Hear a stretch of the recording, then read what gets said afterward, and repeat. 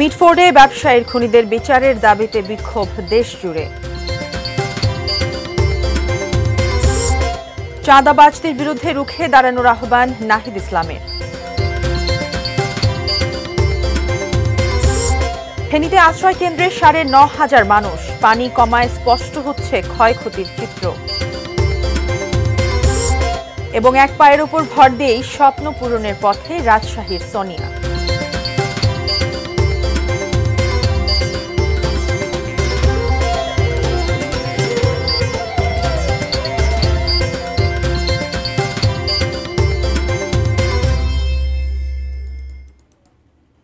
এটি নিউজ দেখছেন।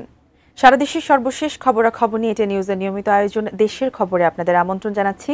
সাথে আছি আমি মারিয়া শিমু। শুনছিলেন নাসির ফ্লোট গ্লাসের সৌজন্যে সংবাদ শিরোনাম। বিস্তারিত জানাচ্ছি। রাজধানীর মিটফোর্ড এলাকায় লালচাঁদ ওরফে সোহাগকে নৃশংসভাবে হত্যার নিন্দা ও প্রতিবাদে উত্তাল সারা দেশ। খুনিদের দৃষ্টান্তমূলক শাস্তির দাবি নিয়ে দেশের বিভিন্ন স্থানে বিক্ষোভ ও মানববন্ধন করেছেন সব শ্রেণী পেশার মানুষ। সকাল 11টায় বরগুনা প্রেস ক্লাব চত্বরে মানববন্ধন কর্মসূচি পালন করে জেলা প্রেস ক্লাব। মানববন্ধনে বক্তারা বলেন, এমন নৃশংস হত্যাকাণ্ডের ঘটনা ফিলিস্তিনেও ঘটেনি। সোহাগ হত্যাকাণ্ডে জড়িতদের দ্রুত গ্রেপ্তার করে দৃষ্টান্তমূলক শাস্তির দাবি জানান তারা। সোহাগকে নৃশংসভাবে হত্যার বিচার ও দেশব্যাপী বিএনপি নেতাকর্মীদের সকল অপরাধের প্রতিবাদে বিক্ষোভ মিছিল করেছে বৈষম্য বিরোধী ছাত্র আন্দোলন নারায়ণগঞ্জ। এ সময় বক্তারা সকল চাঁদাবাজি ও হত্যাকাণ্ড বন্ধে কঠোর হুঁশিয়ারি দেন। মুন্সিগঞ্জে বিক্ষোভ মিছিল ও মানববন্ধন করেছে বৈষম্য বিরোধী ছাত্র আন্দোলন এবং ইসলামী যুব আন্দোলন। একই দাবিতে ছাত্র জনতার ব্যানারে ব্রাহ্মণবাড়িয়া সরকারি কলেজ থেকে একটি বিক্ষোভ মিছিল বের করা হয়। পাথর দিয়ে মানুষ হত্যার মতো বর্বরোচিত ঘটনার তীব্র নিন্দা জানায় যশোরের ছাত্র জনতা। গোপালগঞ্জ ও হবিগঞ্জে বিক্ষোভ মিছিল ও সমাবেশ করেছে মেডিকেল কলেজের শিক্ষার্থীরা। এছাড়া ব্রাহ্মণবাড়িয়া, রাজবাড়ী, জামালপুর, রংপুর, নাটোর ও ঠাকুরগাঁওয়ে এমন নৃশংস হত্যাকাণ্ডের তীব্র নিন্দা এবং হত্যাকাণ্ডের সাথে জড়িতদের কঠোর শাস্তির দাবি জানান বৈষম্য বিরোধী ছাত্র আন্দোলনের নেতাকর্মী সহ বিভিন্ন সংগঠন।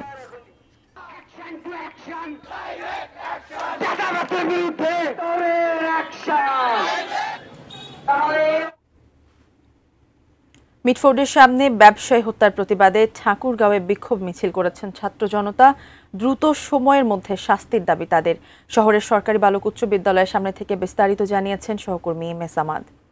জীবন মৃত্যুর শেষ সন্ধিক্ষণে যখন শরীর নড়ে উঠেছিল সেই সোহাগের, সে সময়ই এই পৈশাচিক হত্যাকারীরা তার বুকের উপরে পাথর নিক্ষেপ করে।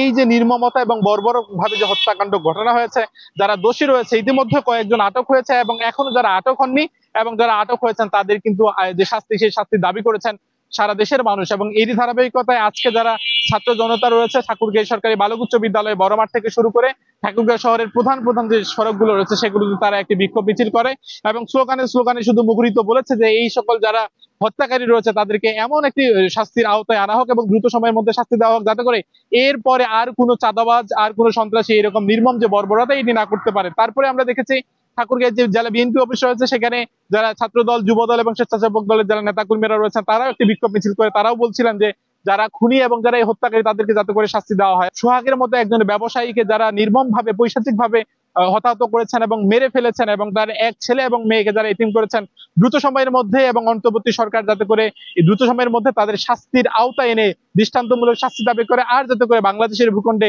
এমন বর্বরতা এবং এমন পৈশাচিক ভাবে কাউকে জীবন দিতে না হয়, কারো পরিবারের কোনো সদস্য যাতে করে এভাবে প্রাণ না হারায়। রাজধানীর মিটফোর্ড হত্যাকাণ্ডের বিষয়ে মন্তব্য করতে গিয়ে জাতীয় নাগরিক পার্টির আহ্বায়ক নাহিদ ইসলাম বলেছেন, চাঁদাবাজদের বিরুদ্ধে রুখে দাঁড়াতে হবে, তাদের ভয় পাওয়ার কোনো কারণ নেই। মাসব্যাপী জুলাই পথযাত্রার অংশ হিসেবে দুপুরে সাতক্ষীরার শহীদ আসিফ চত্বরে আয়োজিত পদসভায় তিনি কথা বলেন। নাহিদ ইসলাম আরও বলেন, ৫ই আগস্টের পরে জাতীয় সরকার গঠনে বিএনপি রাজি হয়নি, এখন তারা নির্বাচনের দাবি করছে। তবে সংস্কারের আগে কোনো নির্বাচন চায় না এনসিপি। জেলার পাটকেলঘাটা থেকে জুলাই পদযাত্রাটি শুরু করে শহীদ আসিফ চত্বরে গিয়ে শেষ হয়। পথযাত্রা ও পথসভায় আরও উপস্থিত ছিলেন এনসিপি নেতা সার্জিস আলম ও হাসনাত আব্দুল্লাহ সহ কেন্দ্রীয় ও স্থানীয় নেতাকর্মীরা।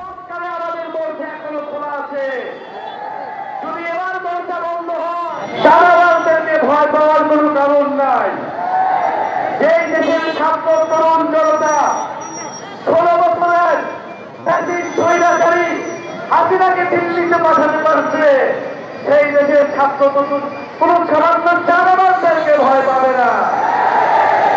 প্রিয় সংগ্রামী বন্ধুগণ, ঐক্যবদ্ধ হন, নতুন করে প্রস্তুতি নিন। বিএনপি স্থায়ী কমিটির সদস্য ডক্টর আব্দুল মঈন খান বলেছেন, আগে বিচার ও সংস্কার, তারপর নির্বাচন। বিএনপি এ কথা আর শুনতে চায় না। সকালে রাজশাহীর ভুবন মোহন পার্কে মহানগর বিএনপি আয়োজিত নতুন সদস্য সংগ্রহ ও নবায়ন কর্মসূচিতে প্রধান অতিথির বক্তব্যে এ কথা বলেন তিনি। সরকার বলতো যে আগে উন্নয়ন পরে গণতন্ত্র, মনে আছে আপনাদের? এটা ছিল ভুয়া কথা। কাজে আজকে কারো মুখে আমরা এটা শুনতে চাই না যে আগে সংস্কার হবে, আগে বিচার হবে, পরে গণতন্ত্র হবে, পরে নির্বাচন হবে। এই কথা আমরা আজকে অন্তর্বর্তীকালীন সরকারের মুখে শুনতে চাই। দেশের খবরের সময় হলো বিরতির পর আরও যা থাকছে।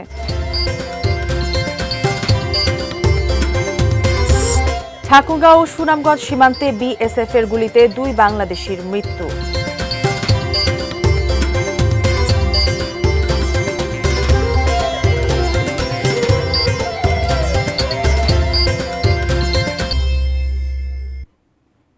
বিরতির পর ফিরে এলাম দেশের খবরে। ফেনীর বন্যা নিয়ন্ত্রণ বাঁধের স্থায়ী সমস্যা সমাধানে কাজ করছে সরকার, জানালেন ত্রাণ ও দুর্যোগ ব্যবস্থাপনা উপদেষ্টা ফারুকী আজম। সকালে ফেনীর পুরাতন মুন্সিরহাটে একটি আশ্রয় কেন্দ্র পরিদর্শনে গিয়ে এ কথা বলেন উপদেষ্টা। তিনি আরও বলেন, মুহুরী, কহুয়া ও সিলোনিয়া নদীর ৭,৩৪০ কোটি টাকার প্রকল্পটি সেনাবাহিনীকে দিয়ে বাস্তবায়ন করার কথা ভাবছে সরকার। ভারী বৃষ্টিপাত ও ভারতের উজান থেকে নেমে আসা পানিতে বছর না ঘুরতেই ফের বন্যার কবলে পড়েছে ফেনী জেলা।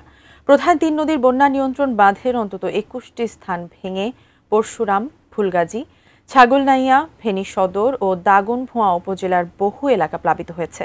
পানির তোড়ে অনেক বসতঘর, ব্যবসা প্রতিষ্ঠান, খামার ও ফসলি জমি বিলীন হয়ে গেছে। জেলা প্রশাসনের তথ্য মতে এ পর্যন্ত 109টি গ্রাম প্লাবিত হয়েছে।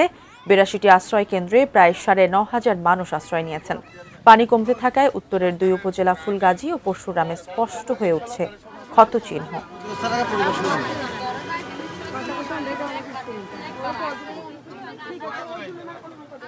যখন রান্না খাবার দেওয়ার সময় ওরা সবাই আমাকে বলল, একটা অভিজ্ঞতা তো আমাদের হয়েছে যে এইরকম বাঁধ এই ধরনের বন্যা পরিস্থিতি মোকাবেলা করতে পারবে না। এটা করতে হলে আরো শক্তিশালী বাঁধ এবং উদ্যোগ আয়োজন প্রয়োজন। সেটা দেখার জন্য এই অভিজ্ঞতার আলোকে যে বড় ধরনের প্রজেক্টের আয়োজন করা হচ্ছে, ওই প্রকল্প যাতে যথাযথভাবে যথাযথ কর্তৃপক্ষ যথাযথ টেকনিক্যাল সাপোর্ট নিয়ে এটা করা যায়, সেই উদ্যোগ আয়োজন সম্পন্ন করা হবে। এবারে এক অদম্য নারীর কথা। মাত্র 2 বছর বয়সে ট্রেনে কাটা পড়ে এক পা হারান সোনিয়া। তবে শারীরিক প্রতিবন্ধকতা দমাতে পারেনি তাকে। শত প্রতিকূলতা পেরিয়ে দারিদ্র্যকে জয় করে এগিয়ে চলেছেন স্বপ্ন পূরণে। রুবেল ইসলামের ক্যামেরায় রাজশাহীর এই অদম্য তরুণীর গল্প তুলে ধরেছেন বুলবুল হাবিব। রাজশাহীর পুঠিয়া উপজেলার ধোপাপাড়া গ্রামের মেয়ে সোনিয়া। জন্ম তার অত্যন্ত দরিদ্র এক পরিবারে। ভাগ্যের নির্মমতায় শৈশবে টেনে কাটা পড়ে এক পা। মায়ের ভালোবাসা আর নিজের দৃঢ় মনোবলকে সম্বল করে এক পায়ে ভর দিয়ে সোনিয়া এগুচ্ছেন স্বপ্নের পথে। অনটনের সংসারে 3 বেলা খাবার জোটানোই কঠিন, পড়াশোনা যেন বিলাসিতা। কৃত্রিম পা তো দূরের কথা, একটু স্বচ্ছন্দে চলার জন্য ক্রাচও নেই তার। তবুও হাল ছাড়েননি সোনিয়া। এখন তিনি ধোপাপাড়া মেমোরিয়াল ডিগ্রি কলেজের 2য় বর্ষের শিক্ষার্থী। স্বপ্ন শিক্ষক হওয়ার। যদি সরকার আমাদেরকে একটু তাকায় বা একটু ইয়ে করে তাহলে হয়তো বা আমি সরকারি একটা চাকরি পাইতে পারি, আমার আব্বু আম্মুকে আমি দেখতে পারি। আমার আব্বু একজন মানসিক প্রতিবন্ধী, আমার ইচ্ছা আছে আমি বালিকা স্কুলের শিক্ষিকা হব। সোনিয়ার বাবা মুজিবর শেখ মানসিক ভারসাম্যহীন, তিনবেলা খাবার জোটাতে অপারগ মা রহিমা বেগম বাধ্য হয়ে বড় মিয়াকে আরেক পরিবারে দত্তক দিয়েছেন, আর সপ্তম শ্রেণীতে পড়া অবস্থায় ছেলেটিকে কাজে লাগিয়ে দিতে হয়েছে। কাম দি খালি বসে থেকে ওই মা তুই কাম দিস না, আমি আল্লাহর কাছে এটা সবসময় কই যে আল্লাহ যেন আমাকে মানুষ বানাতে যেন আল্লাহ আমাকে লেখাপড়া এইভাবে কষ্ট করে এক ঠেঙ্গের উপর ঘরকে লেখাপড়া করলো, কিন্তু একটু চাকরি পাইলে এখন একটু ভালো হলো না। সামাজিক যোগাযোগ মাধ্যমে সোনিয়ার কষ্ট আর সংগ্রামের গল্প ছড়িয়ে পড়ার পর অনেকেই সহযোগিতার হাত বাড়িয়ে দিচ্ছেন। যে মেয়েটা লেখাপড়া করে অনেক দূর আগাতে চায়, এদেরকে অন্তত সাপোর্ট করা উচিত এবং ওর কৃত্রিম পায়ের জন্য যা যা করার দরকার, যা যা টাকা পয়সা খরচ হয় সব আমরা দায়িত্ব নিলাম। শারীরিক সীমাবদ্ধতা বা দারিদ্র্য কোনো কিছুই স্বপ্নের পথে বাধা হতে পারে না। সোনিয়ার দৃঢ় মনোবল আর অফুরন্ত সাহস এভাবে অনুপ্রেরণা যোগাচ্ছে সবার মাঝে। বুলবুল হাবিব, এটিএন নিউজ, রাজশাহী। ঠাকুরগাঁও সুনামগঞ্জ সীমান্তে বিএসএফ এর গুলিতে 2 বাংলাদেশি যুবকের মৃত্যু হয়েছে। ভোররাতে ঠাকুরগাঁওয়ের হরিপুর উপজেলার মিনাপুর সীমান্তে ভারতের কাঁটাতারের বেড়ার কাছে বিএসএফ এর গুলিতে নিহত হন আসকর নামে এক যুবক। বিষয়টি নিশ্চিত করেছেন দিনাজপুর সেক্টরের 42 বিজিবির অধিনায়ক লেফটেন্যান্ট কর্নেল আব্দুল্লাহ আল মঈন হাসান। আজকের মৃতদেহ ফেরত পেতে পতাকা বৈঠকের আহ্বান জানানো হয়েছে বলেও জানান তিনি। মধ্যরাতে সুনামগঞ্জের দোয়ারা বাজার উপজেলার বাগানবাড়ি সীমান্তে বিএসএফ এর গুলিতে গুরুতর আহত হন শফিকুল ইসলাম নামে একজন। স্থানীয়রা তাকে উদ্ধার করে দোয়ারা বাজার স্বাস্থ্য কমপ্লেক্সে নিয়ে গেলে চিকিৎসকরা মৃত ঘোষণা করেন। নিহত শফিকুল লক্ষ্মীপুর ইউনিয়নের ভাঙাপাড়া গ্রামের বাসিন্দা।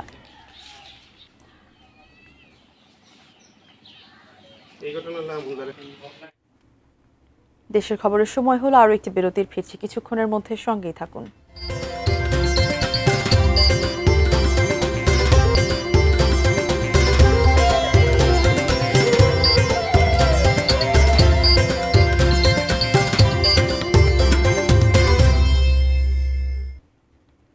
বিরতির পর আবারও আমন্ত্রণ, দেখছেন দেশের খবর। কুষ্টিয়ার দৌলতপুরে চাঁদার টাকা না দেয়ায় বাড়িঘর ভাঙচুর ও লুটপাট করে মাইক্রোবাস ও মোটরসাইকেলে আগুন দেওয়ার অভিযোগ উঠেছে স্থানীয় এক বিএনপি নেতার বিরুদ্ধে। শুক্রবার রাত 10টার দিকে উপজেলার সদর ইউনিয়নের চক দৌলতপুর গ্রামে সানজিদা রানার বাড়িতে হামলা চালানো হয়। পুলিশ ও স্থানীয়রা জানায়, মাইক্রোবাস ব্যবসায়ী সানজিদের কাছে একই এলাকার বিএনপি কর্মী জব্বর দীর্ঘদিন ধরে মোটা অঙ্কের চাঁদা দাবি করে আসছিল। টাকা দিতে অস্বীকৃতি জানালে গতকাল সন্ধ্যায় তাদের মধ্যে বাকবিতণ্ডা হয়। ক্ষুব্ধ হয়ে জব্বার তার লোকজন নিয়ে সানজিদের বাড়িতে হামলা চালায়। এ সময় তারা বাড়ি ঘর ভাঙচুর ও লুটপাট করে।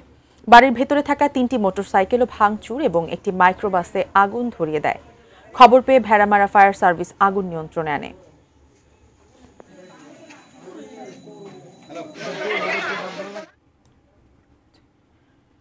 জয়পুরহাটে অনুষ্ঠিত হলো গ্রাম বাংলার ঐতিহ্যবাহী তন্ত্রমন্ত্রের পাতা খেলা।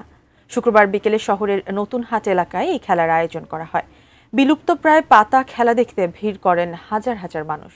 প্রতিযোগিতায় বিভিন্ন এলাকা থেকে 8 থেকে 10 জন তান্ত্রিক দল অংশ নেন। শুরুতে মাঠের মধ্যে লাগানো হয় কলা গাছ। এরপর নিজ নিজ মন্ত্র দিয়ে তান্ত্রিকরা মাঠের মধ্যে থাকা পাতারূপী তুলা রাশির মানুষকে মাঠের মাঝখান থেকে নিজের দিকে টানার প্রতিযোগিতা করেন। এজন্য তান্ত্রিকরা হাড়, লাঠি, জবা ফুল, মন্ত্র পড়া লোটা ভর্তি পানি, ধুলা, আগরবাতি সহ বিভিন্ন প্রকার গাছের শেকড় বাকড় ব্যবহার করেন। শেষে বিজয়ীদের হাতে তুলে দেওয়া হয় পুরস্কার।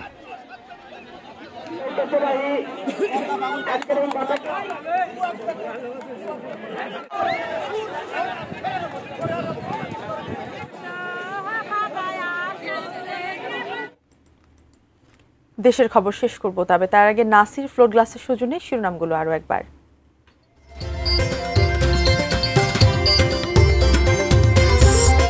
মিটফোর্ডে ব্যবসায়ীর খুনিদের বিচারের দাবিতে বিক্ষোভ দেশ জুড়ে। চাঁদাবাজদের বিরুদ্ধে রুখে দাঁড়ানোর আহ্বান নাহিদ ইসলামের। ফেনীতে আশ্রয় কেন্দ্রে ৯,৫০০ মানুষ, পানি কমায় স্পষ্ট হচ্ছে ক্ষয়ক্ষতির চিত্র। এক পায়ের ওপর ভর দিয়ে স্বপ্ন পূরণের পথে রাজশাহীর সোনিয়া। এবং ঠাকুরগাঁও সুনামগঞ্জ সীমান্তে বিএসএফ এর গুলিতে 2 বাংলাদেশির মৃত্যু।